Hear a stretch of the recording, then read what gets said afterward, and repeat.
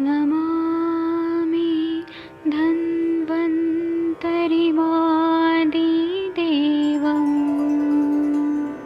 सुरासुरैर्वन्दितपादपद्मम् लोके जरामृत्युनाशं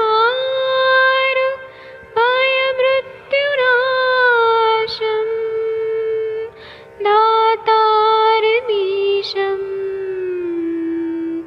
विविधौषधीनां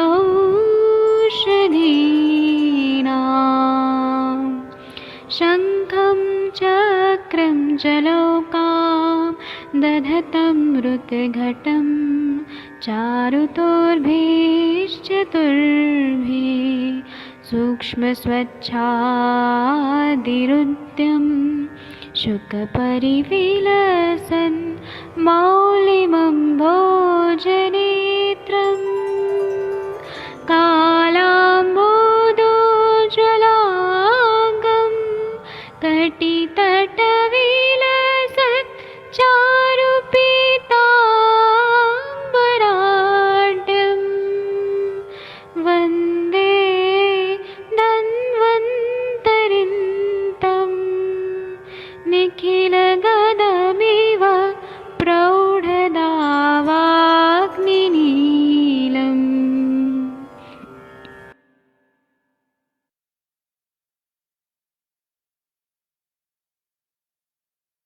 कोई भी सपना साकार करने के लिए सबसे जरूरी है सही कोच का होना। चुनिए आयुष दर्पण डिजिटल को और करे अपनी क्लिनिकल आयुर्वेद सीखने का सपना साकार। Download the app now.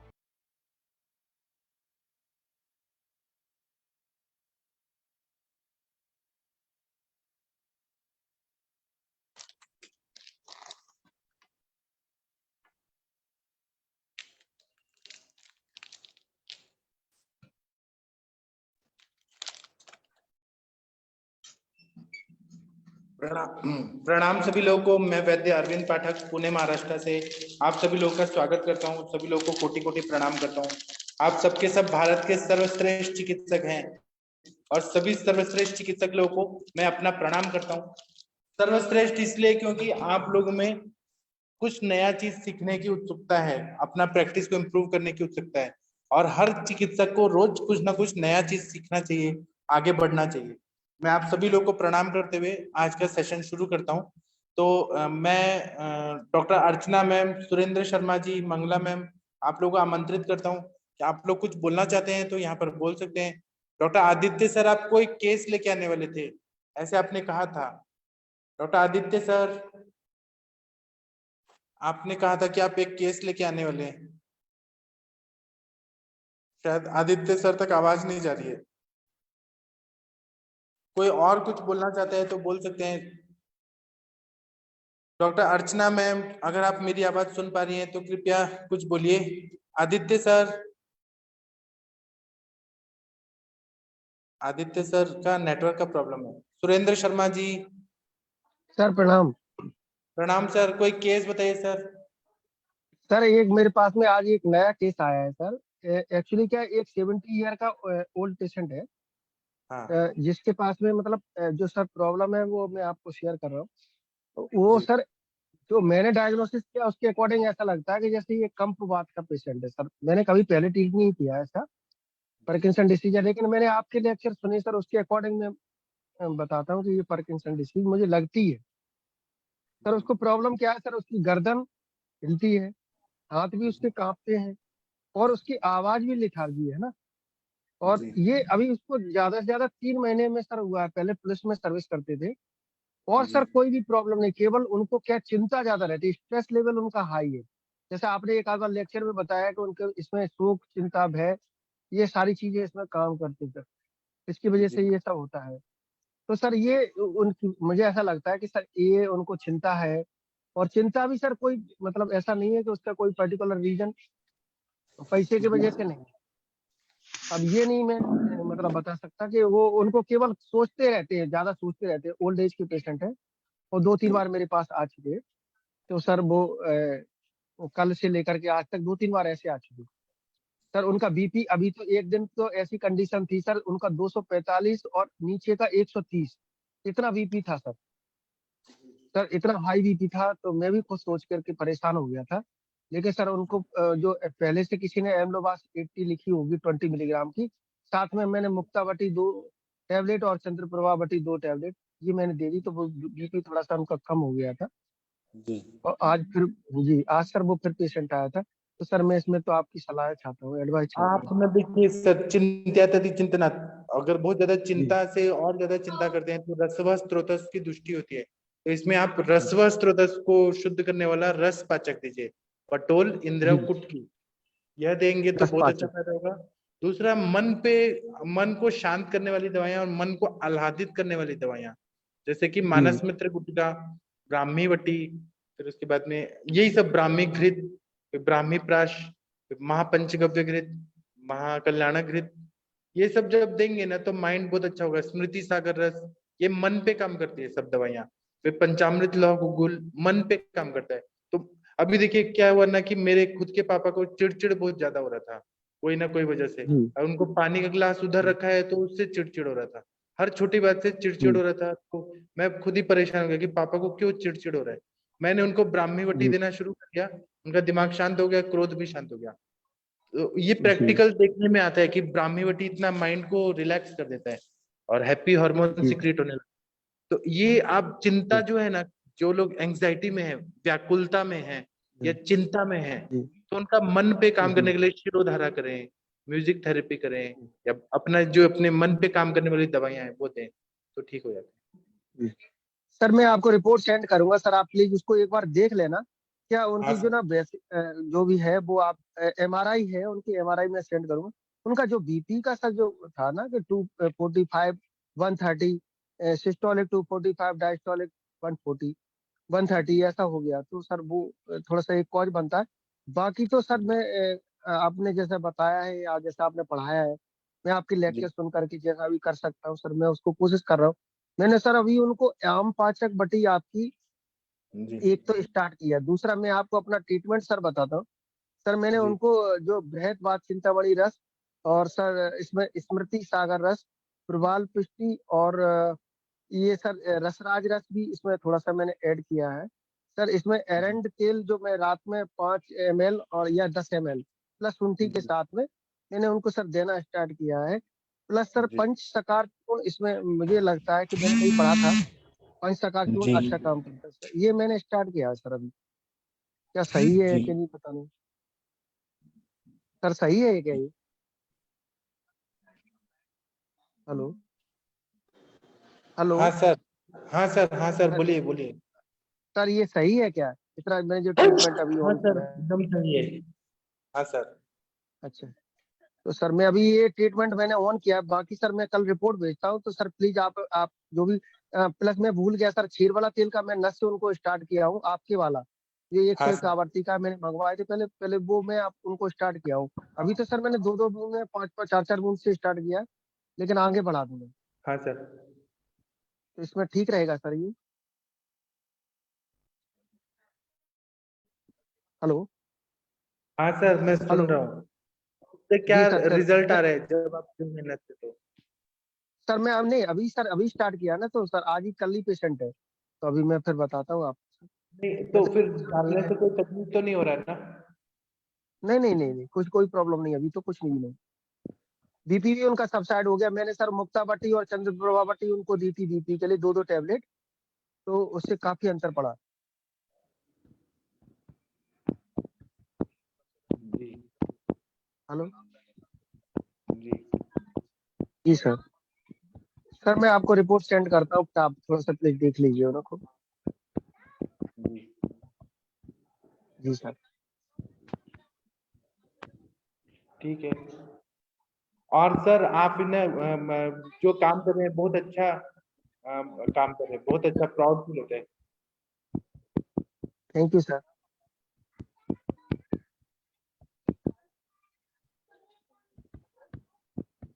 ठीक है, और किसी को कुछ बोलना है? हेलो जी सर, नमस्कार। जी सर इसका मनोवैस रोग का तो समझ आ गया सर, ये आपने बताया ना सर, रस वैस रोग का थोड़ा सा ये समझा दो सर, कम बात वाले पेशेंट का। मन, हम देखिए, हम जो भी खाना खाते हैं तो उसका इफेक्ट सबसे पहले कौन सा धातु बनता है? रस। रस धातु है सर, हाँ जी। तो हमने ऐसा पढ़ा है ना कि मन का और ग्रहणी कला का इफेक्ट होता है, या पित्तधर कला साहब मज्जाधर कला। जब भी कोई स्ट्रेस में रहता है तो जरूर उसकी ग्रहणी बिगड़ती है, और ग्रहणी बिगड़ने के बाद अग्नि मंद होता है। जैसे कि आप बहुत ज्यादा गुस्से में हैं, हाँ या जी। आपका कोई किसी का डेथ हो गया या कुछ हो गया, भूख ही नहीं लगती है, मन खिन्न रहता है ज्यादा, खिन्न मन, व्यथित मन, उसमें ना अपने आप अग्नि मंद हो जाता है, क्योंकि माइंड बहुत ज्यादा स्ट्रेस में है। तो कहीं ना कहीं अग्नि का इफेक्ट जो है, वह अपने, जो खुश रहता है वो अच्छे से खाता है ना।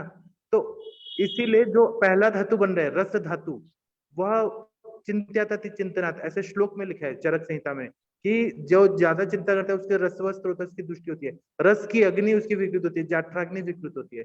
इसीलिए मैंने कहा कि हम लोग रस पाचक नहीं, क्योंकि रसगत आम जो है उसको पचा देंगे, अपने आप रसवस स्रोतस अच्छा होगा। तो रस का जो तर्पण का कार्य, प्रीणन का कार्य, प्रीणम जीवनम, ऐसे जो श्लोक बताया कि प्रीणन कार्य रस का है, जीवन कार्य रक्त का है।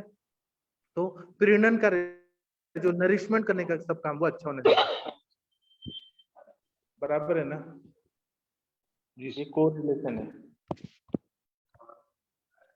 ठीक है, और बोलिए सर। डॉक्टर हार्दिक जी, आप बताना चाहेंगे कुछ? बस सर यही पूछना था सर, एक वो पेशेंट था ना सर। सर हेलो कौन पेशेंट?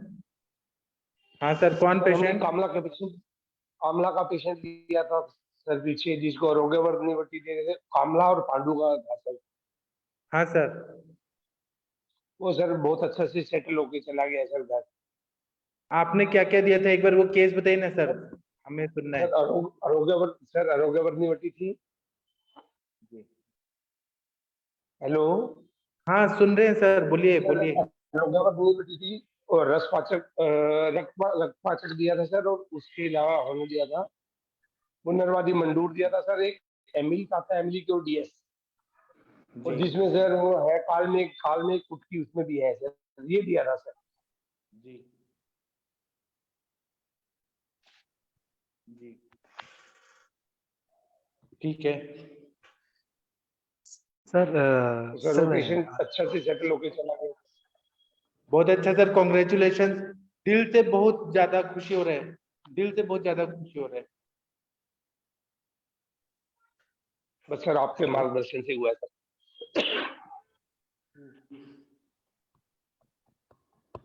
सर आवाज आ रहा है सर? हाँ सर। सर वो नेटवर्क का प्रॉब्लम है एक्चुअली। मैं आपका वो 7 o'clock का भी क्लास पूरा नहीं सुन पाया। मैं उसको रिकॉर्डिंग देख लूंगा। सर अगर वो हो सके तो पीडीएफ भेज दीजिएगा सर। और ये 8:15 के संभाषा के लिए जो पेशेंट है, एक पल्लवी पॉल करके है, 44 साल की फीमेल है। वो करीब 8:45 के आसपास ज्वाइन करने को बोली थी। वो अभी मतलब टाटा से वापस घर आ रही है। वो थाने में रहती है सर। मैं थोड़ा सा उसकी रिपोर्ट शेयर कर लिए। थोड़ा सा संक्षेप में बता दूं क्या सर? जी हाँ बताइए सर। सर 44-year-old फीमेल है, और उसकी फैमिली में कैंसर की हिस्ट्री, ब्रेस्ट कैंसर की हिस्ट्री है, और उसके कोई क्लोज रिलेटिव मदर या फादर, शायद मदर एक्सपायर हुई थी ब्रेस्ट कैंसर से। और अभी उसको ट्रिपल मतलब ब्रेस्ट कैंसर था जो प्रोग्रेस हुआ, फिर वो ट्रिपल नेगेटिव है। मतलब हमारी वेस्टर्न मेडिसिन में ट्रिपल नेगेटिव मतलब हार्मोन को रिस्पॉन्ड नहीं करता। और उसमें एक अनुवांशिक प्रॉब्लम है, BRCA पॉजिटिव है। मतलब उस जब से पैदा ही तब से उसका भाग्य ऐसा लिखा हुआ था। और अभी उसको परेशानी सर, कीमो पे वो प्रोग्रेस किया है कैंसर। बीच में वो रसायु से औषधि ले रही थी, तो फिर मैंने उसको वो बोला था। तो रसायु का 2-3 हफ्ते में इफेक्ट आने लगता है, तो मैंने उसको 10% के आसपास रिस्पॉन्स आया था, क्योंकि कीमो भी ले रही थी। कीमो अग्नि इधर करती है, रसायु अलग तरीके से काम करती है। तो फिर मैंने उनको लग रहा था कि कीमो काम कर रही है फैमिली को, तो मैंने बोला कि तुम अभी ऐसा करो, रसायु बंद कर दो और कीमो लो, अगर कीमो काम कर रही है तो फिर जैसे ही रसायु बंद किया, तो अभी जैसे नवंबर से दिसंबर 2022 में लिया था उन्होंने, और फिर अभी दिसंबर से जनवरी के आसपास उन्होंने बस कीमो लिया, तो प्रोग्रेस करने लगा कैंसर। तो अभी उसको पेट सीटी जो जनवरी में कराया था 2023 में, उसमें लिम्फ नोड सर्वाइकल, मतलब अपने दोनों एक्जिला के नीचे जो लिम्फ नोड्स बढ़े हुए पाए गए, और मीडिया स्टेनल नोड्स, मतलब जो स्टर्नम के जो अंदर की तरफ जो रहते लंग्स में, ट्रैकिया के पास, वो नोड्स पाए गए। और लिवर में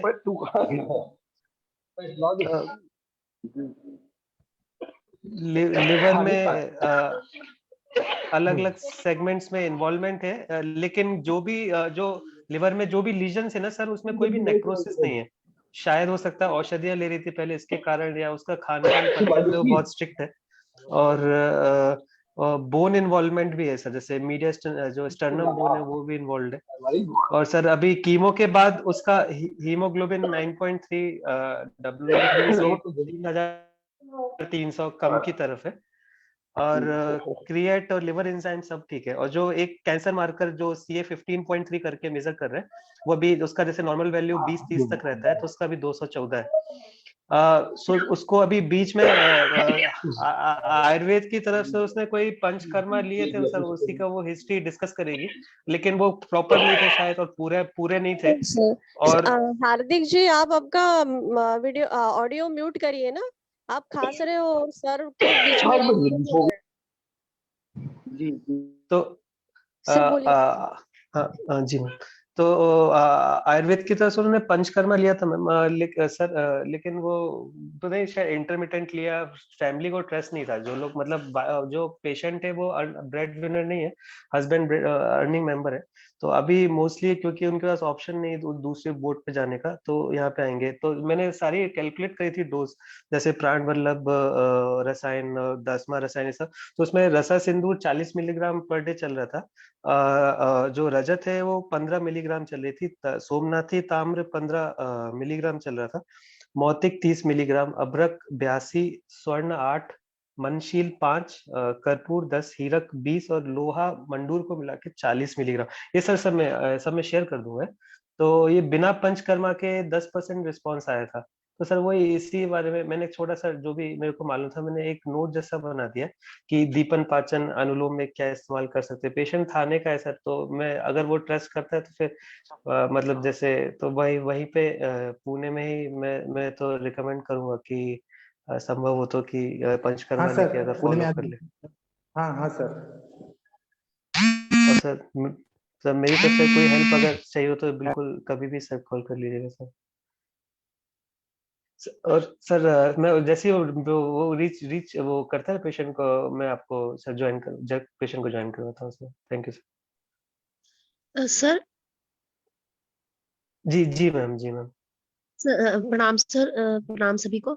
आपने एक रसायु बोला था, वो क्या है रसायु?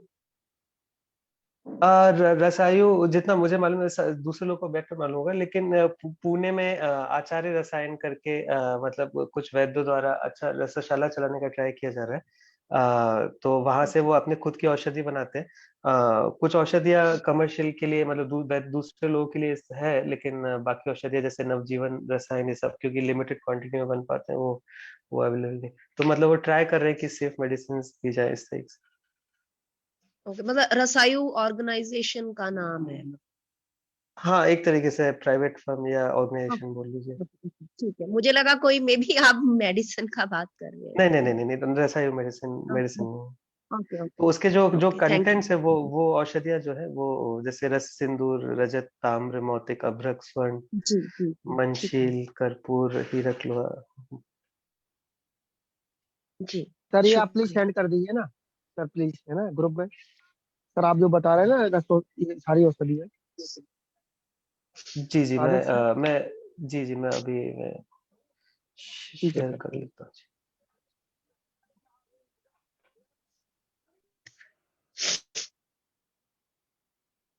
मैंने भेज दिया अभी। वो 10 मिनट के आसपास में ज्वाइन कर दी, तो ज्वाइन कर, घर पहुंच गई। मैं अभी लीव करके फिर से ज्वाइन करता हूँ।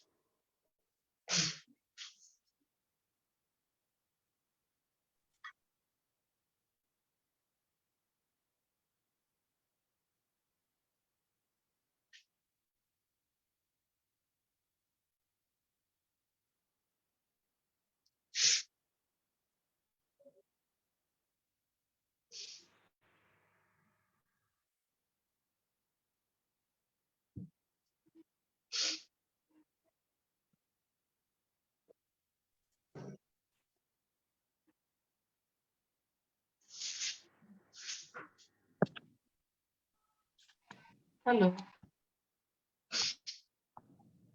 हेलो, हाँ बोलिए। हेलो, कुछ कुछ ऐसे फोन आके डिस्टर्ब कर रहे हैं। किसी को कुछ बोलना है? आदित्य सर, आपका बात कंप्लीट हुआ क्या? शायद आदित्य सर का नेटवर्क का प्रॉब्लम है। मंदाकिनी मैम, जी सर, उन्होंने कर लिया बात कंप्लीट। ठीक है। मंदाकिनी मैम, आप कुछ, आपकी बेटी कैसी है? सर ठीक है, अभी तो मतलब मोशन अभी कम हो गया है उसका। अभी रात हाँ में 2 बार गई थी और रात में अच्छे से इसको नींद भी आई। हाँ, बस। मतलब अभी ठीक है ना? अभी कोई प्रॉब्लम नहीं है ना? नहीं, अभी नहीं। ठीक है, thank you sir. Okay, thank you. और कोई केस बताना चाहते हैं, पूछना चाहते हैं तो बताइए। शशि मैम, आपका तबीयत ठीक है? गुड इवनिंग सर, प्रणाम हाँ सभी जी, को। हाँ जी बताइए। सर, मेरी तबीयत ठीक है। मैं एक्चुअल में हाँ, अभी थाने में ही हूँ, तो मेरे कल सुबह मुझे निकलना है। आपका कान का कोई प्रॉब्लम नहीं हुआ ना अभी प्लेस चेंज नहीं होने सर, से? वो ऑन ऑफ चल ही रहा, उसका कुछ समझ ही नहीं आ रहा है। मतलब वो थोड़ा थोड़ा डिस्चार्ज बीच में होता है, फिर बिल्कुल सूखा हो जाता है, जैसे आज मालूम हुआ तो एक बार, फिर उसके बाद वो पूरा सूख जाता है, ड्राई हो जाता है, फिर उसके बाद कुछ टाइम बाद फिर निकलता है और पूरा बंद हो जाता है। मतलब जैसे पूरा लगता है उससे, उसका कुछ समझ में नहीं आ रहा क्या हिसाब किताब है। जी, नहीं चल रहा है सर। जी सर। और सर ठीक है। उस दिन जो उसको, हाँ जी सर। हाँ, मैं बता रही थी, कल आपने पूछा ना, तो जालना में जो था हमने देखा था, तो उस टाइम से हमें था कि पट्टबंधन बताएंगे। तो मेनली उन्होंने पट्टबंधन में एक तो हाथ का बताया था, अनुवेलित था, और स्वस्तिक का था, और एक शायद पैर वाला बताया था। हाँ, 2 चीजें किया था। और हम्म मेनली वहां पर वो आई थी ना, डॉक्टर दिव्या कजारिया थी, हम्म हार्ट का। तो और सीओपीडी पर होना था, तो she was my batchmate in UG, actually she was my room partner too. Hmm तो काफी बढ़िया कर रहे हैं मतलब वो लोग। तो हार्ट अटैक वगैरह का वो सब सारी चीजें डिस्कस किया था। जैसे हमने पहले तपन सर वगैरह का भी सुना है कि जब भी हार्ट अटैक वगैरह आए तो क्या क्या करना होता है। तो लोग को हम्म डाटाबेस एविडेंस बेस्ड मतलब आईएम में वर्क कर रहे हैं और अच्छा रिजल्ट आ रहा है। तो अच्छा लग रहा था कि कई बार होता है ना कि इस तरह के पेशेंट्स देखकर पहले एक तो हाथ खड़े कर देते हैं, कुछ कई बार नहीं समझ में आता है, या कई बार ऐसा होता है कि पेशेंट को हॉस्पिटल तक जाने का जो डिस्टेंस होता है, चाहे ट्रैफिक, चाहे जिस वजह से काफी लेट होता है। तो अगर घर पर मतलब प्राइमरी केयर हो जाए तो पेशेंट के बचने के काफी ज्यादा चांसेस होते हैं। तो वो सारी चीजें उन्होंने डिस्कस किया था और काफी बढ़िया मतलब डिस्कस किया था, बहुत अच्छा हुआ था। उसके अलावा जोशी सर थे, प्रवीण जोशी सर। तो उन्होंने एंटीजन सिस्टम पर बात किया था, मतलब वात पित्त कफ के अगेंस्ट जो भी 3 थेरेपीज हैं, तो उसको एंटीजन सिस्टम, और वो सब तो अपने को लगभग पता थी चीजें।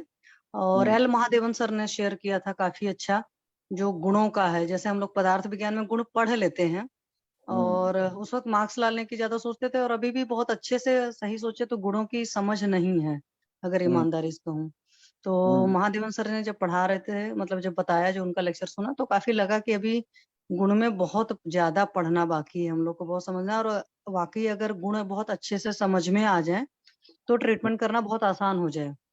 जैसे वात कफ का समझते हैं तो थोड़ा बहुत आसानी लगती है, फिर 5 भौतिक समझते हैं तो थोड़ी सी आसानी लगती है, फिर गुणों को और अच्छे से समझ ले तो और आसानी हो जाएगी। तो ये सारी चीजें थी। तो किसी भी वर्कशॉप में जाते हैं तो कुछ ना कुछ तो सुनता ही है इंसान, मतलब अच्छा, जिससे ज्ञान भी वर्धन होता है और मोटिवेशन जो है वो तो होता ही है सर। तो ओवरऑल मतलब अच्छा था ये चीजें। तो यही सब था। और तो उसके अलावा और तो कुछ मतलब 2 ही 3 4 लोग का ही था। सबसे पहले तो किसी और ने, हाँ, एक मैम थी जिन्होंने मर्मों पर कराया अपना फर्स्ट लेक्चर, उनका था नीलकांतम मैम, ऐसा समथिंग कुछ था, मणिकांतम। तो मर्म का तो मैंने जोशी सर से सीखा ही है, तो मर्म का तो मुझे नहीं, मर्म का तो लगभग जो मैम ने बताया वो सारी चीजें आती थी। फिर ये सारी चीजें, थोड़ी सी कुछ चीजें नहीं थी, और थोड़ा सा ये लगता है कि जैसे मैं हमेशा, मुझे लगता है आयुर्वेद का समंदर है, उसको जितना पढ़ो उतना ही कम है, और मतलब उतना ही क्लैरिटी होती, जो एक बोलते हैं। मेरे को एक बच्ची भी ऐसे ट्रेन मिली, मतलब जालना से बॉम्बे ट्रेवल करते हो, तो मैंने उसको भी समझाया, मैंने 2nd ईयर में है अभी शायद, औरंगाबाद के किसी आयुर्वेदिक कॉलेज में। तो मैंने बोला, बेटा, शास्त्र में निष्ठा रखने का मतलब, अगर लिखा है चरक नहीं तो ये होना है, अगर हम नहीं निकाल पाते तो वो हमारी कमी है। तो जो भी हमारे शास्त्रों में लिखा है उसको पढ़ा है तो उसको करने का, और जब करते हैं तो रिजल्ट अच्छा लगता है। जैसे एक चीज मैं शेयर करूंगी सर अपने प्लेटफॉर्म पर ही, जो वर्षा मैम का था शायद केस ना, एसआईटीज वाला मैम का। हाँ तो, हाँ तो जब हम लोग थर्ड प्रॉप में, मुझे आज भी याद है कि चरक चिकित्सा में हम पढ़ते थे उधर रोगाधिकारी में, कि सिर्फ मतलब क्षीर पर अगर हम रखते हैं, दूध दुग्ध पर रखते हैं तो पेशेंट बचता है। और लास्ट में तो था उधर रोगाधिकारी में कि वो जो मतलब आपने केले अंदर डाल दिए और सांप डाल दिया और आग जला दिया है, तो लास्ट में वो पिलाते थे, मतलब खिलाना होता था। तो मैम ने जब ट्रीट किया और इतने जल्दी रिजल्ट आया, तो मतलब अपना है कि एडीएफ तो है ही, मतलब पूरा हर चीज अब होती है। पहले हम लोग क्या आता है, मैं जैसे अपनी बात करूँ तो हम पढ़ लेते थे, मुझे लगता था सब में तो वही लिखा है, कुछ समझ में नहीं आता था, और आसपास कोई रिजल्ट तो बताता है नहीं था कि हमने ट्रीट नहीं किया था। जैसे वहां पर ये बात हुई कि ट्रीटमेंट तो पुराने वैद्य भी करते थे, ऐसा नहीं था कि अचानक आजकल के या हम लोग के टाइम के जो लोग निकले हैं वो लोग करने शुरू किया है। बट अब ये है कि लोग शेयर करते हैं, और जितना ज्यादा शेयर करते हैं उतना ही ज्यादा उस मतलब ड्रग पर या उस सिस्टम पर अपना कॉन्फिडेंस बढ़ता है। और फिर उतने ही उससे, जैसे आपने कोई चीज यूज किया, आपने बोला कि हाँ एकेटी देना है, और 10 लोगों ने यूज किया और 10 लोगों ने रिजल्ट पाया, तो 11वां बंदा अगर सुनते तो उसका 10 गुना कॉन्फिडेंस पहले ही हो जाता है। और नहीं तो जब फर्स्ट टाइम हम कोई चीज यूज कर रहे हैं तो होता है हमारे दिमाग में एक संशय होता है। तो शास्त्र का जो काम होता है एक विनिश्चय करना, मतलब 100% कॉन्फिडेंस के साथ, गारंटी के साथ देना अपने, मतलब अपने अंदर गारंटी, मतलब विश्वास वाला है, वो फेक वाली गारंटी की बात नहीं कर रहा है। तो जब हम विश्वास के साथ काम करते हैं तो रिजल्ट आता ही आता है। और आगे तो परमात्मा की मर्जी है भाई, किसी को बचना है या जीवन जिसका है वो तो उसकी है, लेकिन हम अपनी तरफ से प्रयास करने में एटलीस्ट अब नहीं डरते हैं। पहले जैसे होता था हर चीज पर बहुत डर लगता था। तो वहां पर भी मेन वही बात हुई, शायद महादेवन सर ने भी बोला और किसी और ने भी बोला कि जो ऊर्ध्ववात है, उदावर्त है खास करके, ये सारी चीजें जो अपने 13-14 बेग हैं, 13-14 बेग में 6 बेग में ये चीजें लिखी हैं। तो हर जगह लास्ट में मतलब हार्ट डिसीज का आया है। और अभी जो मैं आसपास में भी लोगों को फील कर रही हूँ कि जैसे है कि कॉन्स्टिपेशन, कब्ज की वजह से, पुरुषावरोध की वजह से भी उदावर्त होता है। और भी बहुत सारे बेग हैं जिसकी वजह से, और सब में, क्योंकि मैंने उधर खुद भी पढ़ा था अष्टांग हृदय, तो देखा था कि मेजोरिटी जगह था हार्ट डिसीज है, जो आजकल हो रहा है कि बच्चों को कम कम एज में मतलब आ रहे हैं हार्ट अटैक वगैरह के केसेस। तो मतलब रूट कॉज हमारा वही है कि पुरुष का अवरोध हो रहा है, या बेगों का अवरोध हो रहा है, या मल का अवरोध हो रहा है। जैसे कल गीता मैम का केस था, जो डॉक्टर थी, होम्योपैथी डॉक्टर मैम थे, तो उनके केस में भी तो यही निकला कि जब वो छोटे थे, 10-12 साल के थे, तो उनको कॉन्स्टिपेशन था, और अभी उनका 1 साल से रिजॉल्व हुआ है, और साथ में उनको पीरियड्स में क्लॉटिंग थी, ये सारी चीजें थी। तो रूट कॉज भी वहां पर भी कॉन्स्टिपेशन निकला। तो मुझे लगता है जो उनको कॉन्स्टिपेशन था, तो जब मिनारकी शुरू हुई होगी उसके साल भर या 2 साल पहले से अगर वो चीजें थी, वहां पर भी वही, मतलब हर जगह वही बेगों का रोल बहुत ज्यादा आ रहा है। तो अगर सही सोचे तो एक बेग है, एक गुण है। अगर हमको बेग के सारे याद है कि किस बेग को रोकने से क्या चीज हुई है, और साथ में हमको गुण बहुत अच्छे से समझ में आ जाए, जो हम लिख देते हैं लेकिन नहीं समझ में आता कि हमें ये गुण के साथ ये चीज है, वो मतलब एक बहुत क्लैरिटी सर नहीं है। मैं तो चाहूंगी कि आप एक बार जो 7 PM का सेशन लेते हैं ना, उसमें थोड़ा सा गुणों को सर और अच्छे से पढ़ाइए। जैसे मतलब हम लोग का कंसेप्ट क्लियर हो जाए, रट लिया है लेकिन वो नहीं समझ में आता है बहुत बढ़िया से, तो और अच्छा हो जाए। जैसे महादेवन सर पढ़ा रहे थे तो मतलब बता रहे थे, वो टाइम हालांकि लोगों के पास कम था क्योंकि कुछ एक्टिविटीज में ज्यादा टाइम लग गई थी, तो बस मेस्मराइज्ड होकर सुन रहे थे। उतना मतलब कमांड था एक एक चीज का कि जैसे जैसे हम लोग को कख गघ पता होता है, 100% क्लियर होता है, कैसे कमल ख से खरगोश वाला हिसाब, मतलब अल्फाबेटिकल की तरह इतना क्रिस्टल क्लियर है उनका गुण। तो उनका गुण का था, मुझे नहीं पता था कि गुणों पर इतना भी मतलब है डिटेल में सब कुछ। तो ये चीज सर बहुत अच्छी लगी, मतलब उस पर है कि मेहनत करना है, तो सर आप प्लीज पढ़ा दो, मैं तो यही कहूंगी। जी sir, thank you sir. Sir patient ने ज्वाइन कर लिया है सर, पल्लवी के नाम से। जी ठीक है, उनको वीडियो ऑन करने को बोलिए। सर मेरा कल का ट्रीटमेंट बाकी है। जी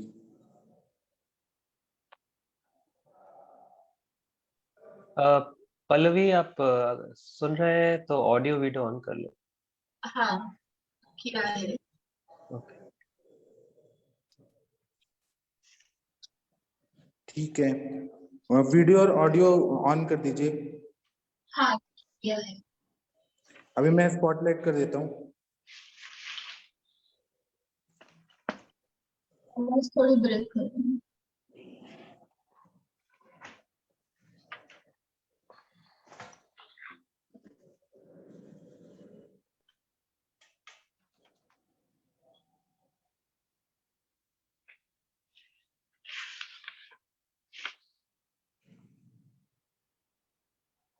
हेलो। हेलो। हाँ, पल्लवी, आप अपने तरफ से पूरा बताओ, आपको क्या परेशानी थी, कब से थी? हाँ, मुझे 2018 में फर्स्ट टाइम डायग्नोस हुआ था। तब वो प्राइमरी था। 2018 में क्या क्या परेशानी थी आपको? परेशानी क्या थी? लेफ्ट ब्रेस्ट में ट्यूमर था। अच्छा। हाँ, और कोई परेशानी उसके अलावा? कोई और परेशानी नहीं थी? कब्जियत की परेशानी, कोई और परेशानी? डिलीवरी वजह नहीं, कुछ भी परेशानी कुछ भी नहीं था। जस्ट एक लंप ऐसे हाथ में लग गया था, तो डॉक्टर से चेकअप किया तो वो पॉजिटिव आया सीए ब्रेस्ट के लिए। तो उसके बाद फिर सर्जरी, बायलैटरल मैस्टेक्टमी की और कीमोथेरेपी हुए। फिर उसके बाद 2 साल में अच्छी थी। अच्छा। और फिर से फिर ये कोविड पीरियड में 2020 दिसंबर 2021 जनवरी में फिर से जो फॉलोअप टेस्ट है उसमें थोड़ा ट्यूमर मार्कर एलिवेटेड थे। तो ज्यादा भी नहीं थे, मार्जिनली एलिवेटेड थे। तो डॉक्टर बोले कि ऑब्जर्व करेंगे 1 महीना, फिर देखेंगे। तो 1 महीने बाद वो ट्यूमर मार्कर और भी बड़ा था। फिर स्कैन किया तो लंग में छोटे नोड्यूल दिखाई दिए। वो बहुत ही छोटे थे, तो बायोप्सी पॉसिबल नहीं था, ऐसे भी बोले। तब मैं बेंगलोर में थी। तो वो नोड्यूल्स कहाँ पे थे? टेस्ट लंग में थे, लंग्स में थे? हाँ, डिफरेंट ये लोकेशन पे थे। अच्छा।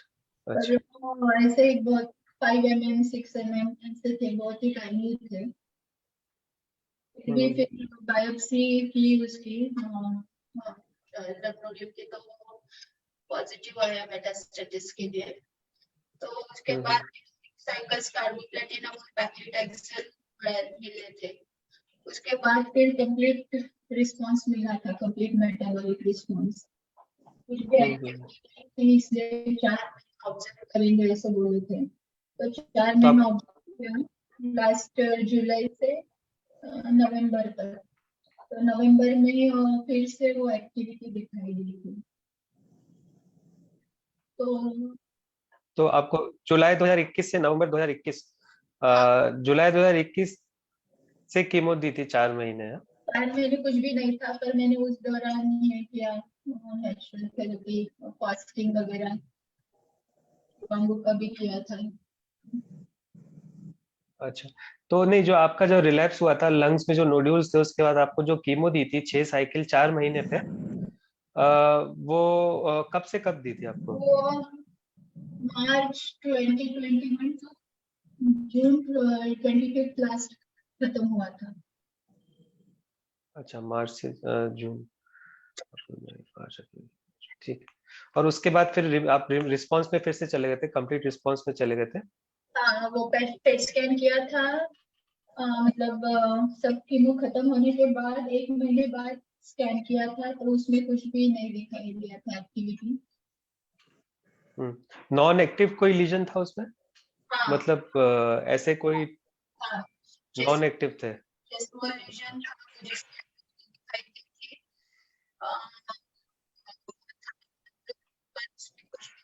आप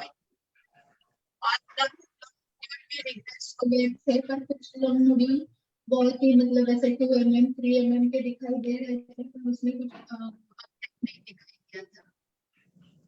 तो जब आपका रिलैप्स हुआ था नवंबर में, तो वो जो नॉन एक्टिव लीजन्स थे वही एक्टिव हो गए थे कि वो एक्टिव नहीं हुए थे, उसकी जगह कोई और एक्टिव आ गए थे? नहीं, उसमें भी एक्टिविटी फिर से 4 महीने बाद उसमें भी एक्टिविटी दिखाई दी थी। चेस्ट वॉल लीजन में भी दिखाई दी थी, लंग नोड्यूल में भी दिखाई दी थी और स्टर्नम में थोड़ा स्वेलिंग दिखा, स्टर्नम हेड में स्वेलिंग आ गया। तो आपको चेस्ट वॉल में थी, छाती की वॉल में, लंग नोड्यूल्स में थी, फुफ्फुसों में, और स्टर्नम में स्टर्नम की वॉल पे थी, और कहीं नहीं थे? लिवर ठीक था, हड्डियां ठीक थी, बाकी कुछ भी नहीं था। मैरो? अच्छा, ठीक है, फिर ठीक है। तो फिर नवंबर 2000 फिर नवंबर में ये सब फिर से दिखाई दिया तो ओलाकारिब मुझे ट्रायल मिला था, ओलाकारिब। अच्छा, तो आपके जितने भी लीजन थे इसमें से कहीं से पस निकलता था, ऐसा कुछ बोला गया था? कहीं अंदर अंदरूनी कहीं पस निकल रहा है, या नेक्रोसिस है पुरानी रिपोर्ट्स में? नहीं ऐसा नहीं। कुछ नहीं था कभी। अच्छा, ठीक ठीक, सब हार्ड उभार थे, लीजन्स थे, ठीक, मेटास्टेसिस जैसे। उसके बाद ओलापेरिप किया, ओलापेरिप के बाद फिर वो प्रोग्रेस किया, ओलापेरिप में कैसे प्रोग्रेस किया, क्या सिम्टम्स थे? इनिशियली तो 3.5 महीने बाद स्कैन किया तो अच्छा रिस्पॉन्स था, पर फिर से एंड ऑफ ट्रायल में स्कैन किया तो वो फिर से वो एक्टिविटी दिखाई दी थी। कहाँ पर हालांकि एक्टिविटी? मतलब ओलाकारिब के बाद लंग में कुछ भी एक्टिविटी 2-3 स्कैन्स में नहीं दिखाई दी। अभी ये स्कैन में फिर से थोड़ा दिखाई। नहीं, तो ये जो एक्टिविटी लंग्स में ही थी कि अलग से लिम्फ नोड्स आ गए थे? नहीं, तब लिम्फ नोड्स नहीं थे, ओलाकारिब के बाद लिम्फ नोड्स नहीं थे, पर एक सेकेंड रिब में छोटा सा लीजन 1 सेंटीमीटर है, उससे थोड़ा कम सेकेंड रिब में लीजन था। तो रिब में लीजन आए थे, वापस आए थे चेस्ट वॉल में, रिब में? एक सेकेंड लेफ्ट रिब में, सेकेंड रिब में आए थे, हाँ, second left left side rib में। में लीजन आया था, और तब लिम्फ नोड्स वगैरह कुछ नहीं थे, और ये लंग नोड्यूल्स भी एक्टिव नहीं थे। उसके बाद फिर क्या हुआ? आपको फिर से कीमोथेरेपी दिया और उस पे मिक्स रिस्पॉन्स या प्रोग्रेशन हुआ? 3 साइकिल कैप्साइटोबिन के हो गए, ज़ेलोना कैप्साइटोबिन।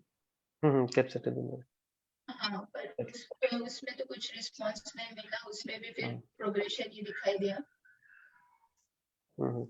तब कैप्साइटोबिन के बाद एक छोटा सा ही नोड्यूल यहाँ पे था, एक सुप्राक्लेविकुलर नोड था छोटा, तो बाकी नहीं था। फिर आफ्टर कैप्साइटोबिन भी कुछ लंग में एक्टिविटी नहीं थी, लंग क्लियर ही थे।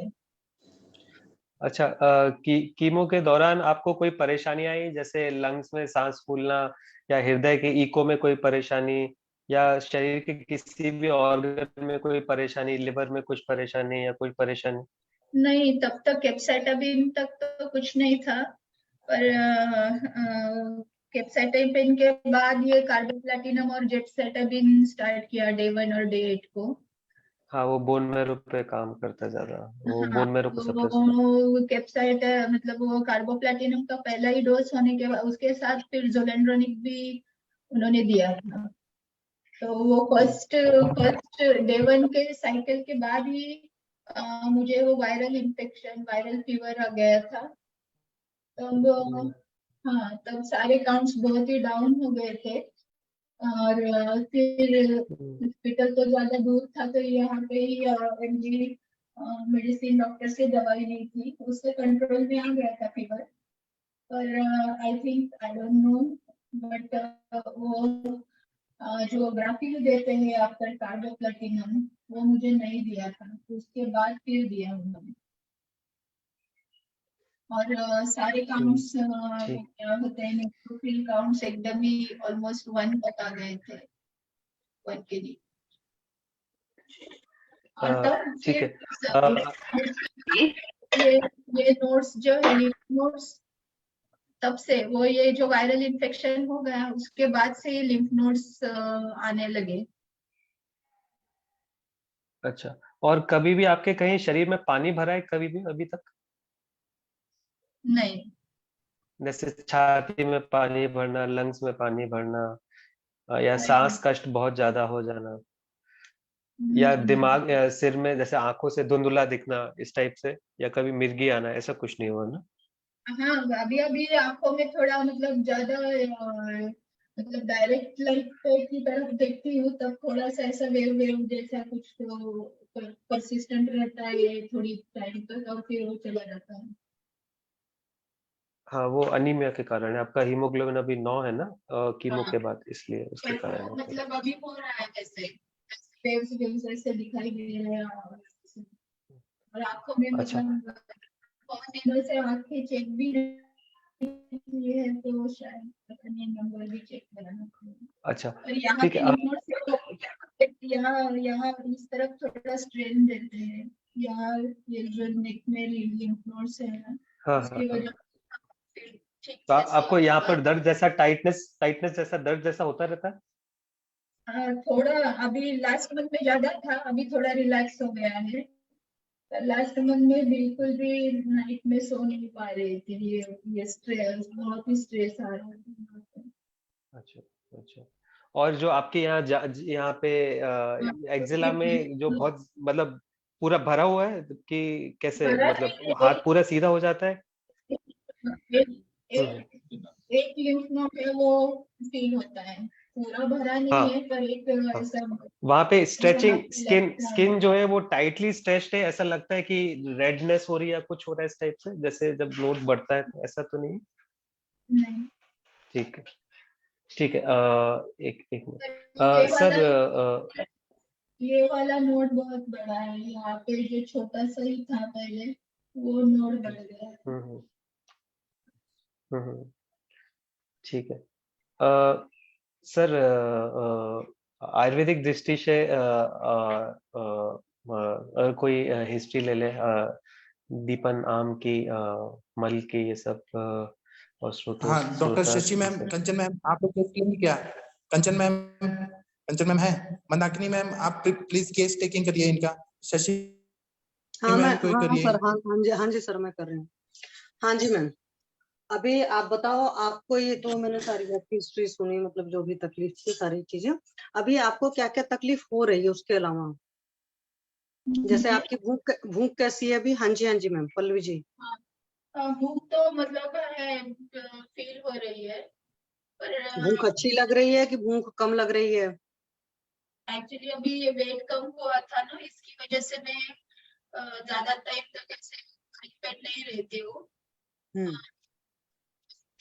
3 घंटे बाद कुछ ना कुछ तो 2-3 घंटे बाद खाती हूँ ऐसा मतलब नहीं मैं वो चीज नहीं मैं नहीं पूछ खाती। रही। देखो आप कुछ आप जो अभी खा रहे हो कुछ 2-3 घंटे पर, वो भूख हाँ, लगने की वजह से खा रहे हो कि बस ऐसे ही मन कर रहा है, या नहीं टाइम खा खाती कर? हूँ ऐसे ही वो वेट कम नहीं होना चाहिए इसलिए खा रही हूँ।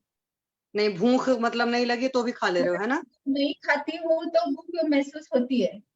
नहीं, खाना अभी कुछ भी है तो भूख लगने पर ही खाना है, ठीक है मैम? बगैर भूख के नहीं खाना है, इस बात का ख्याल रखिएगा। चलिए, प्यास उस कैसी लग रही है मैम आपको? प्यास पानी तो मैं पी रही हूँ। प्यास ठीक लग रही है?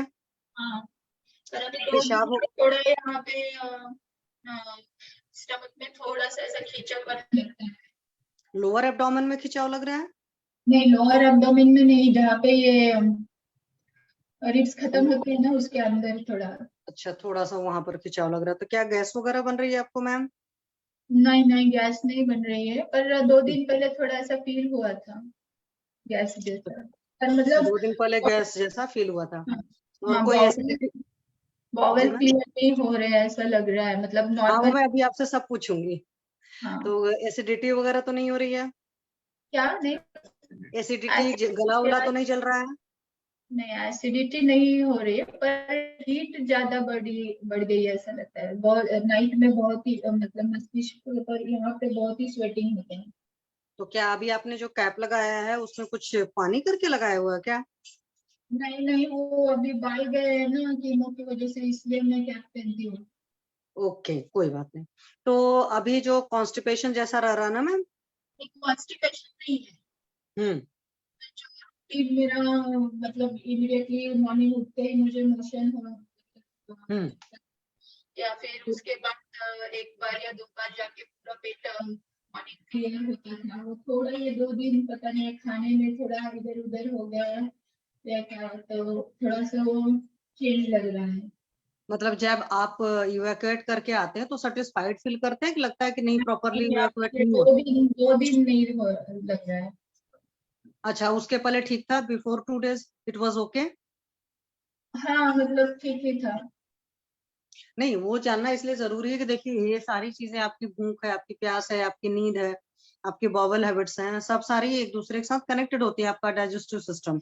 इस वजह से हम पूछ रहे हैं आपसे, ठीक है हाँ, मैम? फिर भी जैसे पहले 1 महीने पहले या 2 महीने पहले जैसा था वैसे थोड़ा ऐसा लग रहा है कि थोड़ा कुछ तो चेंज हुआ है। Now you are feeling better? नहीं, पहले बेटर था, अभी वही बोल रही हूँ, वॉवेल्स में थोड़ा कुछ तो चेंज हुआ ऐसा लग रहा है। नहीं, तो हालांकि चेंज तो दोनों ही होता है ना, whether it is a positive और नेगेटिव, इसलिए मैं पूछ रही नेगेटिव। हूँ। ओके, अच्छा, नींद कैसी आती है मैम आपको? हाँ? नींद कैसी आती है? Sleep, how is your sleep? नहीं इज इट आती sound or not? No sound. रात में कितने बजे सोते हो आप वैसे?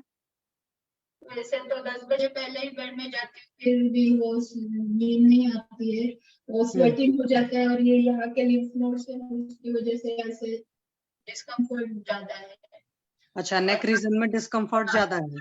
और लास्ट मंथ यहाँ पे बहुत पेन था ना, उसकी वजह से भी मतलब लास्ट मंथ से ज्यादा डिस्टर्ब। ओके, और मान लो रात में 10 बजे सोए तो लगभग कितने बजे फिर नींद आती है आपको?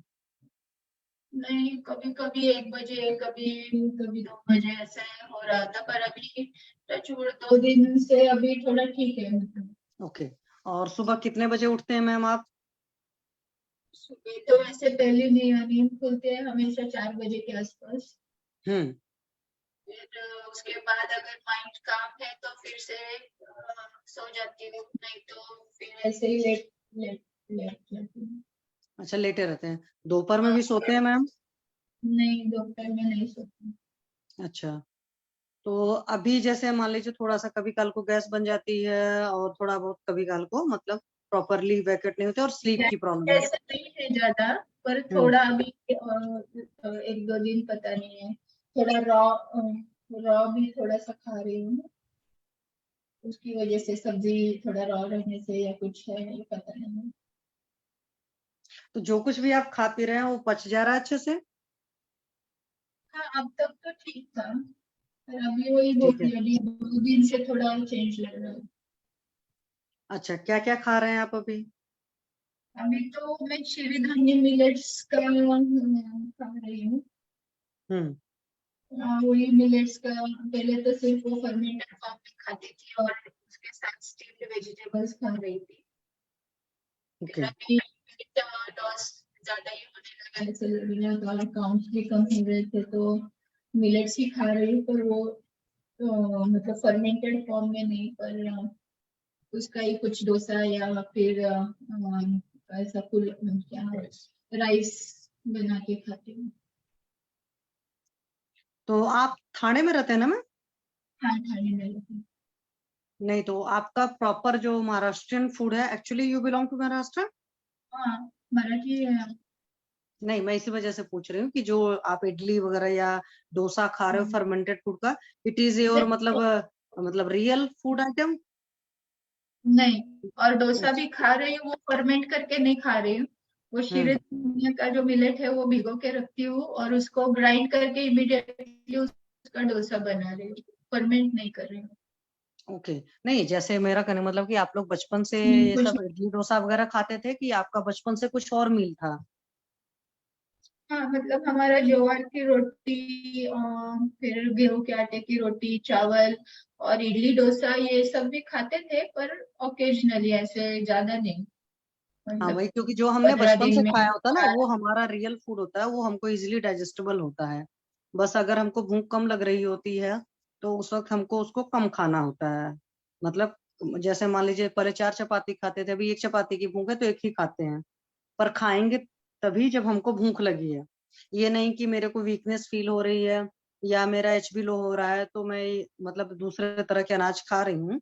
अगर वो मुझे अनाज नहीं पच रहा है तो भले उसमें 10 प्रोटीन फाइबर सब कुछ पड़ा हो, वो हमारी बॉडी एब्जॉर्ब नहीं करेगी। ठीक है मैम? हाँ, हाँ, तो इस बात का ख्याल रखेंगे कि हम भूख से ही खाना खाएंगे और हम अपनी अग्नि का मतलब हमारे जो डाइजेस्टिव फायर है, जो कुछ भी हम खा रहे हैं, क्योंकि अगर वो प्रॉपरली नहीं डाइजेस्ट कर पाएगी तो फिर किसी काम करे तो इस बात का थोड़ा सा ख्याल रखेंगे।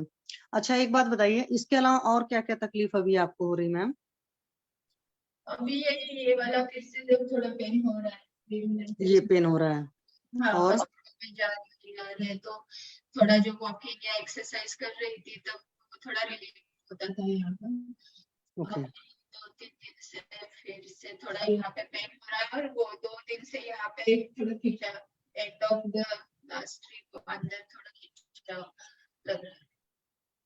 अच्छा, तो एक वहां पर आपको शोल्डर के आसपास का मतलब एक्जिला के आसपास का एक्चुअली रीजन में पेन है ना? हाँ, और कोई यहाँ पे भी स्वेलिंग आ गया है यहाँ। अच्छा, यहाँ पर भी स्वेलिंग आ गया है। और मैम आपका जो स्टूल है वो दिन भर में कितने बार जाते हो आप, मतलब पॉटी के लिए दिन भर कितनी बार जाते हो? मॉर्निंग में 2 बार या 3 बार, फिर इतनी ऐसा फिक्स नहीं है, कभी कभी एक बार ऐसे जाती हूँ, पर आजकल मतलब खाना खाने के बाद ही ऐसा थोड़ा फुल लगता है, तो कभी कभी शाम को भी खाने के बाद जाती हूँ। ओके, तो जो पॉटी आपकी होती है मैम वेल फॉर्म्ड होती है या स्कैटर्ड टाइप की होती है? आजकल थोड़ी स्टर्डन रहती है। ओके, और उसमें कोई ज्यादा स्मेल रहता हो या स्टिकी रहता हो, ऐसी कोई तकलीफ उसमें?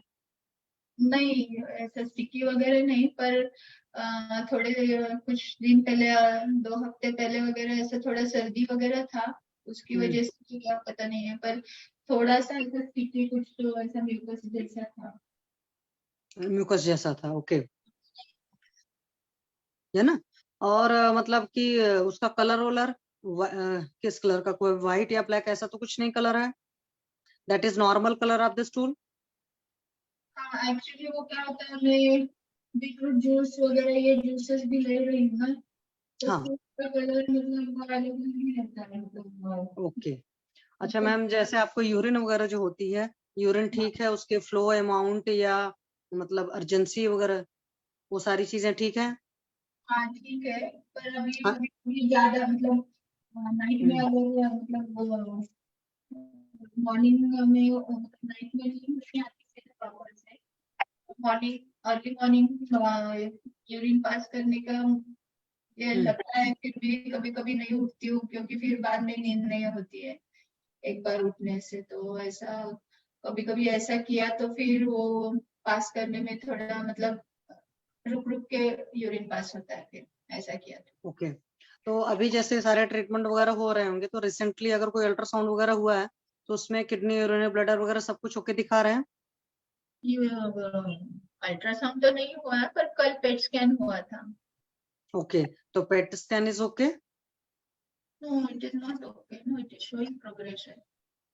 मैम हाँ जी, हाँ जी सर बोले प्लीज। पेट स्कैन में जो ब्लैडर वाला एरिया है वो मैम ठीक है, अदरवाइज उसमें जो पेट स्कैन में वैसे तो डिजीज प्रोग्रेशन दिखा रहा है कि जैसे सर्वाइकल नोड्स का जो साइज है पहले से बढ़ गया, लिवर में नए मेटाबॉलिक मतलब जो नए जैसे वातज बड़े हुए लीजन्स आए, लेकिन उसमें नेक्रोसिस नहीं, मतलब सड़ान जैसी नहीं है, लेकिन जो मूत्र वाला एरिया है वो ठीक है, थोड़ा बहुत हड्डियों में भी नए वातज लीजन्स आए हैं बोन्स में क्योंकि देखो सर, अपने लोग जो है उस रिपोर्ट पर तो जाते नहीं, क्यों, हमारी आयुर्वेद की अपनी डायग्नोसिस होती है ना, तो हमारी आयुर्वेद की डायग्नोसिस जो कुछ भी हम खा रहे हैं उसके अगेंस्ट जो भी निकल रहा है, तो वहां से हमें बहुत कुछ क्लियर कट डिमार्केशन पता चलता है। ठीक है, हम एलोपैथी वाले सारे ट्रीटमेंट कराते हैं, मतलब डायग्नोस्टिक के लिए वो भी यूज करते हैं, बट अगर हमारी बॉडी में प्रॉब्लम है तो कहीं ना कहीं जो भी हमारा स्प्लिटा है, चाहे स्टूल है, चाहे यूरिन है, चाहे स्वेट है, उसमें तो दिखेगी चीजें ना। हाँ मैम, लेकिन वो जो यूरिन वाला एरिया है पेट स्कैन में उसमें कुछ कमेंट नहीं दिया, मतलब जैसे मतलब किडनी, नॉर्मल यूरेटर, बताया। Urinary bladder all are okay? हाँ, किडनी यूरेटर यूरिनरी ब्लैडर में ऑल आर ओके। क्योंकि अगर मान लीजिए अर्जेंसी हो रही या कभी ड्रॉप करके आ रहा है, तो ड्रॉप करके कई बार यूटीआई में भी आता है या कई बार स्ट्रक्चर वगैरह के केस में भी आ सकता है। स्ट्रक्चर तो हालांकि दूर की चीज है, बट जैसे सीवियर यूटीआई वगैरह होता है, कभी कभी बर्निंग सेंसेशन वगैरह होते हैं, तो उस केस में भी ऐसा नहीं होता कि ड्रॉप आया, इसलिए मैं पूछ रही हूँ आपसे मैम प्लीज। हाँ, मतलब वैसे बर्निंग सेंसेशन या इन्फेक्शन ऐसा तो कुछ नहीं है। अच्छा, जब कभी आप थोड़े टाइम रोक लेते हैं तब शायद ऐसा होता ना? मॉर्निंग में कभी कभी मैं नहीं उठती हूँ, अगर नहीं, मतलब ये काम नहीं करना मैम। कोई भी प्रेशर आए, चाहे यूरिन का हो चाहे पॉटी का है, यहाँ तक कि स्नीजिंग होती है या कोई भी चीज होता है, इंसान को तुरंत उन बेगों को मतलब अर्जेस को इवैक्यूएट करना है। ये यूरिन का प्रेशर मतलब आया है और आपने नहीं किया तो बैक फ्लो भी होना शुरू होता है बॉडी में, क्योंकि जब उसको जाना है, या आप सिंपल वर्ड में समझिए कि जो उसका पाथवे था अगर वहां से नहीं निकलेगा तो कहीं और से निकलना चाहेगा, तो वो हमारे आयुर्वेद के हिसाब से बात प्रकोप करेगा, तो बॉडी में आपको दर्द होगा, तकलीफ होगी, और उसने अपना रास्ता ढूंढना है, तो कहीं और जब रास्ता ढूंढने की कोशिश करेगा तो भी वो सही से नहीं निकल पाएगा फ्लो। तो जब भी आपको आता है प्रेशर तो प्लीज आप तुरंत जाइए, कभी भी पॉटी का या यूरिन का कोई भी प्रेशर नहीं रोकना है, इस बात का पूरा ख्याल रखना है, ठीक है। अच्छा मैम एक चीज और बताइए, हालांकि आपको थोड़ा लगेगा, इमोशनल स्टेटस अभी कैसा है? अभी पॉजिटिव रहते हो कि परेशान ही रहते हो? नहीं, क्योंकि आपके थॉट प्रोसेस पर आपकी हीलिंग बहुत डिपेंड करते हैं, इसलिए मैं आपसे पूछ रही हूँ। क्लोज मतलब आप वो नहीं सोचिएगा, आप बताओ प्लीज। मिक्स्ड है। पॉजिटिव हो? नहीं, मतलब जितना पहले पॉजिटिव थी उतना नहीं है। नहीं, तो थोड़ा सा पॉजिटिव रहे, क्योंकि हीलिंग आपको पता है कि जितना ज्यादा आप पॉजिटिव रहेंगे उतनी प्रॉपर उतनी अच्छी हीलिंग होगी, ठीक है। कई बार होता है जब हम ट्रीटमेंट कराते हैं तो अप एंड डाउन तो आते ही हैं, बट अगर आपने अपने अंदर धारण कर लिया है कि नहीं मैं ठीक हो जाऊंगी, नहीं मैं ठीक हो रही हूँ, मतलब एक पॉजिटिव क्या बोलते हैं इसको, प्लेसिबो इफेक्ट बोलते हैं, और प्लेसिबो इफेक्ट काम करता है, मतलब एक तरफ आपकी मेडिसिन चल रही होंगी, एक तरफ आपके डाइट के चेंजेस होंगे, और एक तरफ आपका थॉट है। प्लेसिबो एक्चुअली सोचे तो आपका थॉट प्रोसेस है। अगर थॉट प्रोसेस पर हम सोचते हैं कि चीजें ठीक चल रही हैं और साथ में हम एफर्ट कर रहे हैं, ऐसा नहीं है कि हम फिर मनमानी कर रहे हैं अपने खाने पीने या मेडिसिन को किसी को, तो फिर हम जल्दी हील कर होते हैं, ठीक है। तो अपनी प्लीज थॉट प्रोसेस पर अच्छा काम करिए। आपको वो सब करते हो, अनुलोम विलोम वगैरह या ओम का उच्चारण, जो भी मतलब जितना लेवल पर पॉसिबल है वो पहले करते हैं?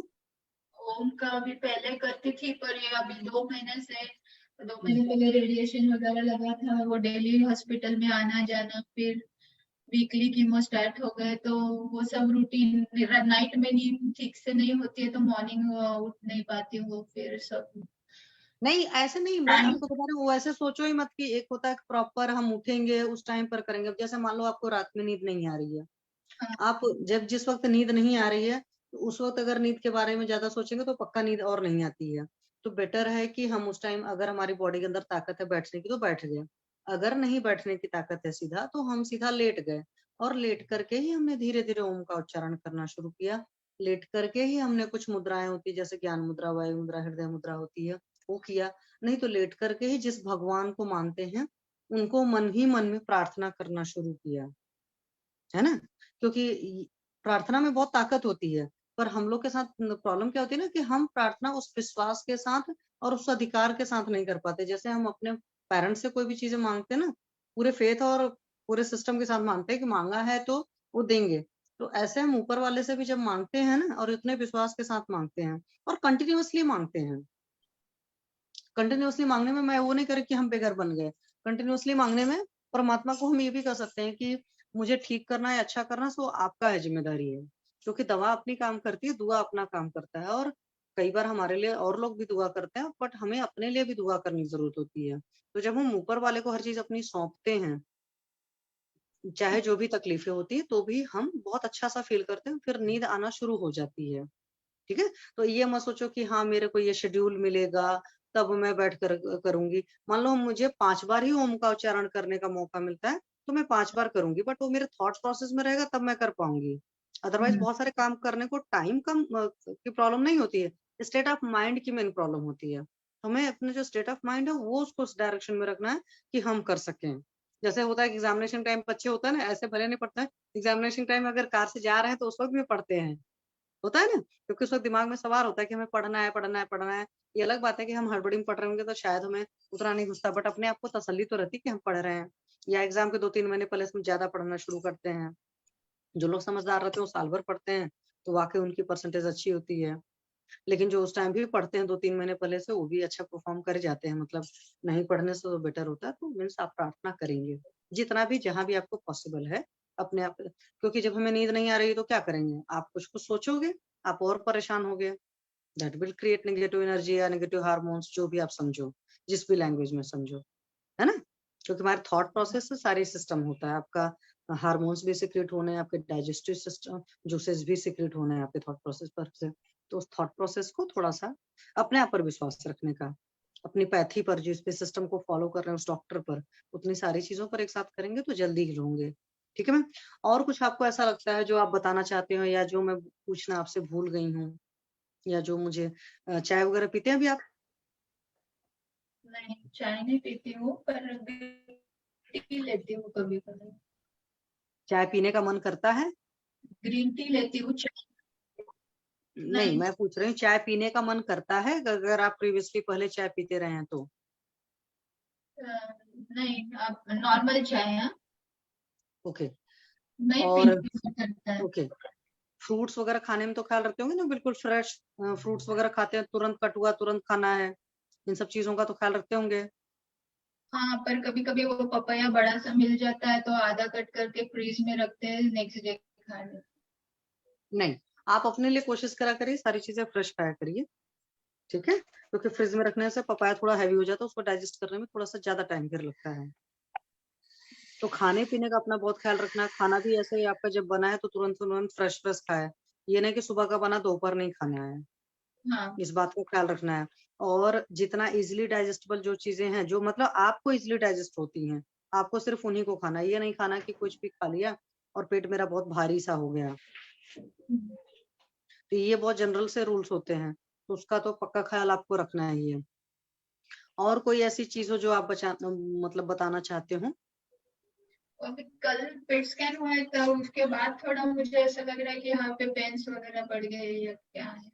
नहीं, अभी ऐसा मत सोचिए, क्योंकि आप अपनी रिपोर्ट खुद पढ़ते होगे, है ना?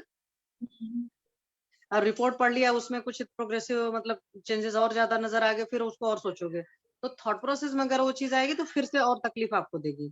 तो ये ज्यादा नहीं पढ़ना है सोचने का। कई बार होता है हम कुछ काम करते हैं तो बीच में इधर उधर के व्यवधान आते हैं, ऐसे ऐसे ट्रीटमेंट भी कराते हैं तो उसमें भी अप एंड डाउन चलता रहता है। ठीक है, तो पॉजिटिव रहना, उसको ज्यादा नहीं सोचना कि पेट स्कैन करा दिया, क्योंकि पेट स्कैन में उन्होंने ऐसा कुछ इन्वेजिव प्रोसीजर तो है नहीं, पेट स्कैन है कि नहीं? हाँ, पर नहीं, इस बार तो ज्यादा ही प्रोग्रेशन हुआ है। कोई बात नहीं है, लेकिन एक बात बताओ मैम, आप जब सोचोगे बहुत ज्यादा हो गया तो क्या उससे वो हील हो जाएगा? नहीं होगा ना हील, उससे आपकी नींद खराब होगी, और जब आपकी नींद खराब होगी तो ऑब्वियस सी बात है आपकी हेल्थ और खराब होगी। ये बात सिंपल सा समझना है, और ये बात पता ही है आपको। बढ़िया बढ़िया चीजें सुनिए, मतलब जिससे खुश रह सकिए, बढ़िया बढ़िया चीजें पढ़िए। अगर आईज अलाउ कर रही है तो बढ़िया चीजें पढ़िए, नहीं है तो आज की डेट में आपके मोबाइल में यूट्यूब पर 50 चीजें हैं जो आपको मतलब आत्मा की शांति के लिए भी मिलती है, मतलब बहुत पीसफुल माइंड के लिए भी सुन सकते हैं। बहुत खुश रहने वाली भी बहुत अच्छे अच्छे चुटकुले हैं, सारी चीजें, जोक्स वगैरह, जो कुछ भी इस तरह की चीजें सुनिए और खुश रहिए, रिलैक्स रहिए। क्योंकि उस रिपोर्ट को सोचेंगे और खराब हो गई, फिर उसको सोच सोच कर एक नेगेटिव हार्मोन से सिक्रीट होना शुरू करता है। क्योंकि जैसा हमारा थॉट प्रोसेस रहता है ना, वैसे जूसेस वैसे हार्मोन से सिक्रीट होंगे। हमारे थॉट से अगर हम ये सोचते हैं कि हम जितना टेंशन लेंगे उतनी चीज ठीक होगी, अगर ऐसा होता तो हर डॉक्टर इतना केजी स्ट्रेस लो, इतना केजी वो स्ट्रेस लो, ये प्रिस्क्राइब होता ना। बट वो चीज नहीं होता। विषादो रोग वर्धना नाम, हम स्ट्रेस्ड होते हैं तो हमारी बीमारियां बढ़ती हैं। तो उसको स्ट्रेस नहीं लेना है, आपको जो जो प्रयास करने हैं कि अपने जो टाइम से खाना पीना है, अपनी मेडिसिन को जैसे टाइम से लेना है, और जितना खुश रह सकते हैं, जितना प्राणायाम योगा, जहां पर भी जिस लेवल पर आप जो कुछ करते हैं, थोड़ा बहुत वॉक वॉक करते हैं? क्या वॉक? वॉक वगैरह? हाँ, हाँ, लास्ट मंथ में नहीं ज्यादा चल पा रही थी, पर अभी 30 मिनट्स मॉर्निंग 30 मिनट्स तो करती हूँ। आप 5-5 मिनट चलो, हर 1 आवर पर 5-5 मिनट चलो। मैं 30 मिनट्स नहीं कहूंगी, आप हर 1 घंटे पर 5-5 मिनट भी चलते हो ना, तब भी बॉडी में, और जितना अलाउ करती है आपकी बॉडी, मतलब 5-10 मिनट आप हर 1 घंटे पर चल सकते हो, हर 2 घंटे पर चल सकते हो। आपकी बॉडी जैसे अलाउ करती है आराम से चलने का, एक्सर्शन नहीं लेने का, और बहुत ही खुश और रिलैक्स रहने का। मतलब मैं जो ट्रीटमेंट ले रही हूँ या जो मेरा ट्रीटमेंट चल रहा है, उसमें सारी चीजें अच्छी चल रही हैं और मेरा अच्छे से हो रहा है, मैं ठीक हो रही हूँ। मतलब ये डेली अपने आप को जितनी बार सोच में आते हो, मतलब जब भी बैठते हो, तुरंत ये चीज सोचो, मैं ठीक हो रही हूँ, मैं ठीक हो रही हूँ। योग में कहते हैं ना, यम नियम आसन धारणा ध्यान समाधि। धारणा, तो हमने धारण कर लिया कि मेरे अंदर ये चीज है, तो फिर वही बढ़ती है। तो धारणा का मतलब ये है। ठीक है, तो उस चीज पर थोड़ा सा काम करें। ठीक है मैम? हाँ हाँ हाँ पल्लवी, 2-3 सवाल कि ये जो आपको दर्द होता है ये मतलब किस टाइप का दर्द होता है, आप इसको डिस्क्राइब कर सकते हो क्या? जो आपने बोला कि एक्जिला पे दर्द होता है, हाँ ये किस टाइप का दर्द होता है, डिस्क्राइब करके, जैसे कोई हैवीनेस, कोई टाइटनेस है कि दाह जैसा दर्द है, किस टाइप का दर्द है? टाइटनेस और हेवीनेस तो वैसे कि पूरा दिन ही रहता है, पर पेन जो होता है वो कभी कभी ऐसा झुन झुन क्या बोलते हैं, झुंझुनाहट जैसा, करंट जैसा दर्द होता है? होता है, कभी पिंचिंग जैसा होता है। यहाँ का यहाँ का जो अच्छा। है, यहाँ का जो बड़ा है ये कॉलर बोन के हम्म नीचे, और ये जो सेकेंड और फर्स्ट रिब के बीच में जो रीजन है वहां पे पिंचिंग जैसा होता है। पिंचिंग जैसा होता है। और जो आपने बोला कि एक चीज और जो आपने बोला, नींद नहीं हो पाती है आपकी, ये सर्वाइकल के पीछे दर्द होता है, और पसीना जो आपको तो आता है हाँ, गर्मी जैसा मतलब लग, हाँ, तो जो हाँ पसीना यहाँ आता है पे बस वो ऊपर आता है, सर्वाइकल के नीचे नहीं आता ना, दर्द के एरिया के नीचे आता है क्या, नहीं आता? नहीं नहीं यहाँ पे ही सिर्फ आता है ज्यादा, और वो भी मैंने ऑब्जर्व किया है कि वो सही का मेडिसिन लेती हूँ ना नाइट में जो है, और उसके बाद फिर कैनबिस लेती हूँ हाफ एन आवर और 1 आवर बाद कैनबिस, और उसके बाद मैं सोती हूँ। तो आई थिंक मतलब उसकी वजह से हीट बढ़ रहा है क्या पता नहीं, पर आई थिंक अच्छा, कैनबिस जो आपने अभी चालू किया है, 1.5-2 महीने से चालू किया है ना, 1.5 महीने से, हाँ 2 महीने डॉक्टर तो, ताहिर से? हाँ, हाँ 2 महीने के तो ऊपर हो गए। उसको मुंह से ले रहे हैं, नाक से भी ले रहे हैं, और नहीं मोशनिया नहीं, से कहाँ से ले ओरल रहे हैं, ओरल या ओरल, ओरल ही ले रहे हैं, बस नाक से नहीं ले रहे हैं? ओके, हाँ। और अभी ठीक है। और आपको ठीक है, ओरल ही ले रहे हैं बस। और एनल एरिया में कोई आपको हिमोरॉइड्स या कोई मास है, जैसे कभी कभार कब्जियत के कारण कीमो के बाद हो सकता है, मोशन एरिया हाँ में, तो वही तब गुदा जब एरिया में? कार्टिनम का पहला डोज मिला था ना, अभी 4 महीने पहले 3 महीने पहले, तब जब वायरल इन्फेक्शन हुआ था, और तभी थोड़ा कॉन्स्टिपेशन भी हुआ था, तब थोड़ा मुझे ब्लीडिंग भी हुआ था थोड़ा मोशन पास करते वक्त, उसके बाद थोड़ा वहां पे डिस्कम्फर्ट ही लगता है। अच्छा अच्छा, ठीक है, ठीक। अभी स्कैन में तो कुछ नहीं है ना वहां पे। हाँ हाँ, नहीं, वो सब्जेक्टिव, जो पहले पहले सिम्टम्स आते हैं, बाद में ऑब्जेक्टिव साइंस आते हैं, तो इसलिए हम पूछते हैं।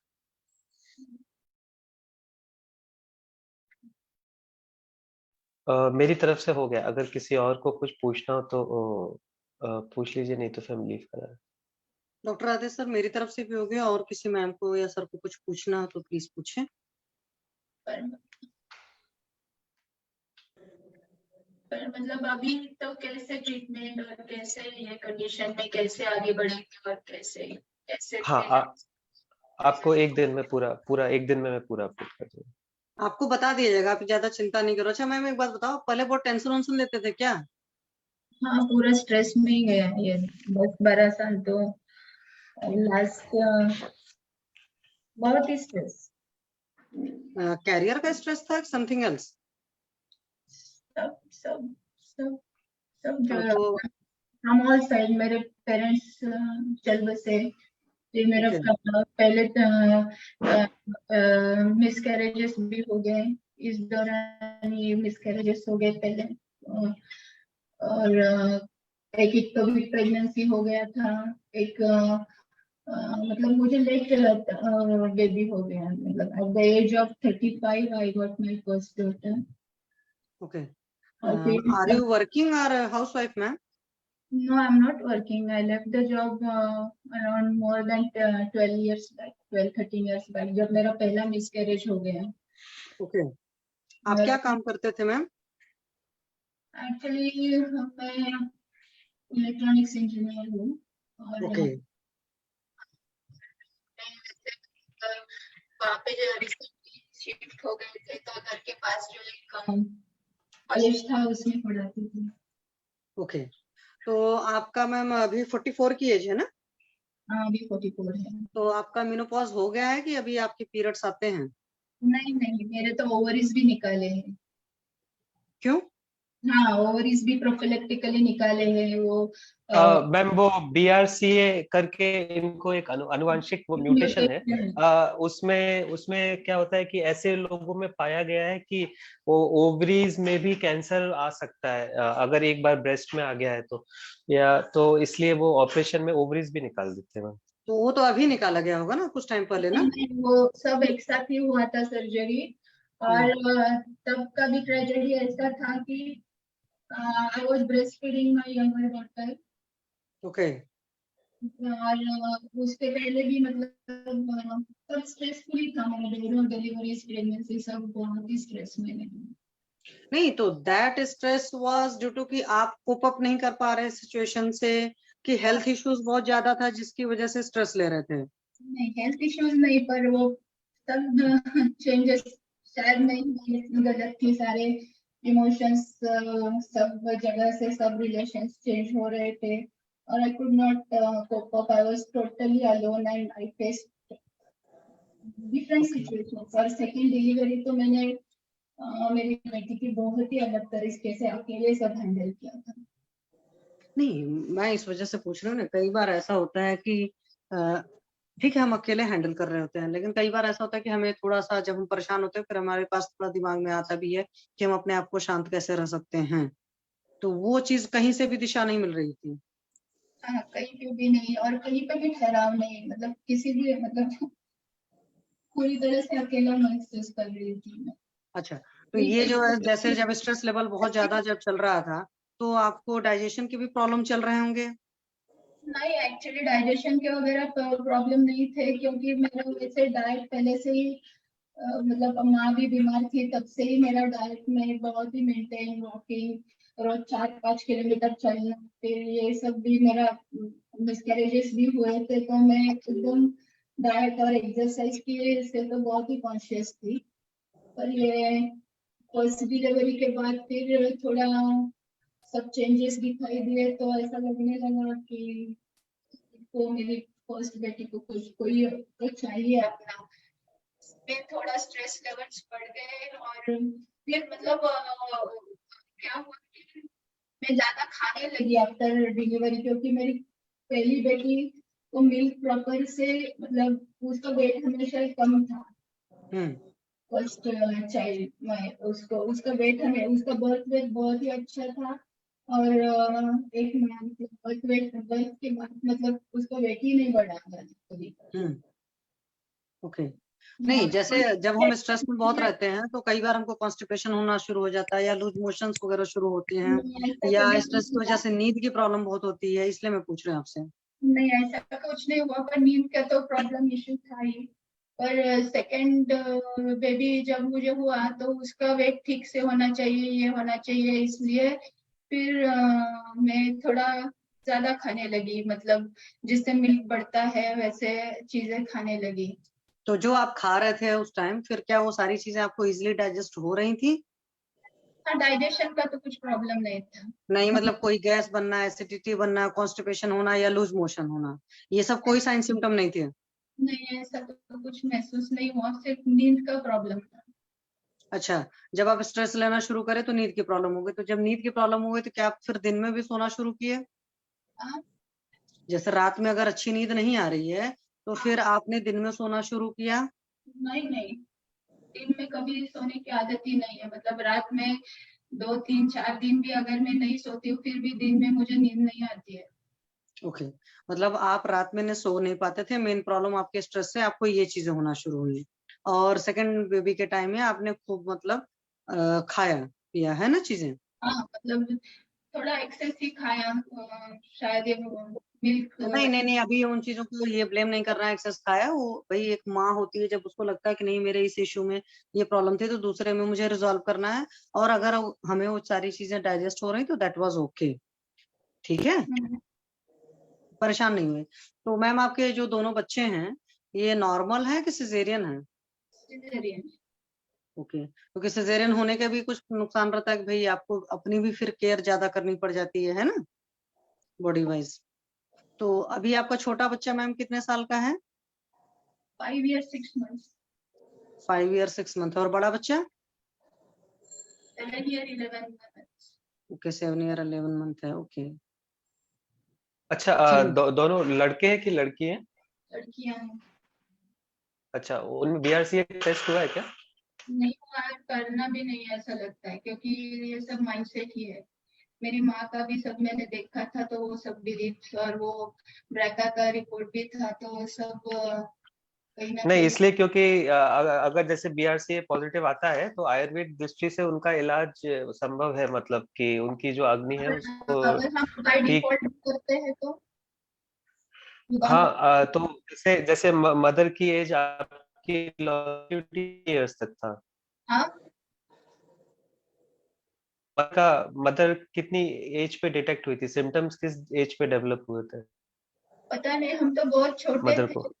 छोटे थे हम लोग, तब उसको गांठ आया था चेस्ट में, पर उसका पता नहीं, सिर्फ सर्जरी किया था, फिर शी वाज फाइन। और 2011 में ये सब लंग मेटास्टेसिस, प्लूरल इफ्यूजन वगैरह ये सब हुआ। हाँ, नहीं, अगर अगर देखिए उनका मैं सजेस्ट करूंगा उनका टेस्ट कराइए। उनका टेस्ट इसलिए कराइए क्योंकि जब हमें परेशानी मालूम रहती है तो क्या है, हम उसका इलाज कर सकते हैं। अगर परेशानी नहीं मालूम तो फिर अभी जैसे क्या है, उदाहरण के तौर पे अगर वो पॉजिटिव है तो अगर आप उनको स्वर्ण की कुछ औषधियां रहती है अगर वो देंगे तो उससे उनका जेनेटिक एरर होने का चांस, मतलब जो एक म्यूटेटेड जीन है उसके कारण जो खराब प्रोटीन बनता है उसका चांस कम हो जाता है, इसलिए हम बोल रहे हैं। मतलब बेटियों का बोल रहे हैं क्या? जी जी जी जी। हाँ, और अगर हम अभी, तो वो बहुत ही छोटी है ना, तो उसका कुछ एज ऐसा हाँ, रहता है। जब भी संभव, जब भी संभव। मतलब यहाँ पे तो डॉक्टर्स बोलते हैं कि जब वो बड़ी हो जाएंगे, after 18 years you can test.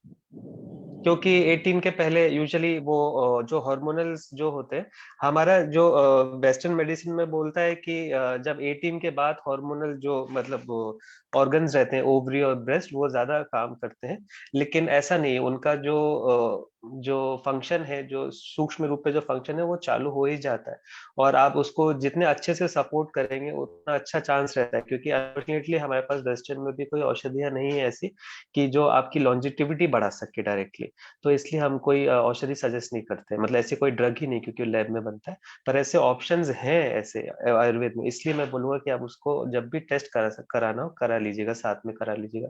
और कोई स्कीम या कहीं से सस्ता होता है तो वहां से करा लीजिएगा, ये मेरा सजेशन है। हाँ, मतलब कराएंगे, पर अभी बहुत ही छोटी है ना, इसलिए थोड़ा। हाँ हाँ, जब और उनके दिमाग में भी ऐसा थॉट प्रोसेस नहीं। नहीं, उनके दिमाग में नहीं आना चाहिए, उनका मन का दुष्टि, मन उनका अच्छा अभी होना हम चाहिए। सेशन बंद करते और हैं क्योंकि टाइम।